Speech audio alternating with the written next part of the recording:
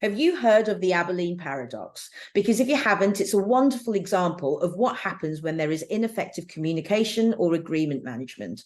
And the story goes like this. One day there's a family in Coleman, Texas, and it's a really hot day. It's 40 degrees Celsius or 104 degrees Fahrenheit.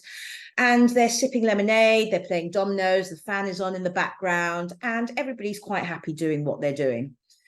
Until the father-in-law pipes up, hey, let's go to Abilene. It'll be a great idea. And then the wife also says, yes, it'll be a great idea. I've not been there for a very long time. But in the background, everybody's actually thinking, I don't want to go to Abilene. That's not somewhere that I want to go. I'm quite happy doing what I'm doing here. However, they all hop into their unair-conditioned car and they make the trip to Abilene. And when they get there, they have a meal. It's terrible. It gives them all indigestion. And then they make the trip back. All in all, it takes them 4 hours in total. They're hot, they're irritated, they're tired, they're frustrated. And what happens when they get home is they start blaming each other because they've had such a terrible time. Well, I didn't want to go to Abilene. Whose idea was it? Well, I only came up with the idea because I thought you wanted to go.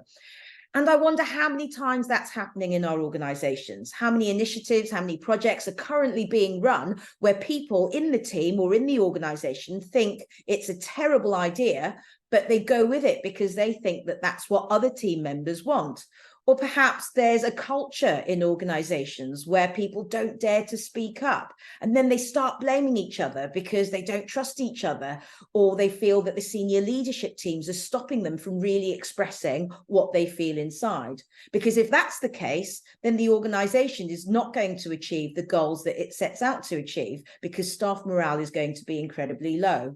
Does this apply for your organization? Because if it does, you're on a one-way trip to Abilene and back.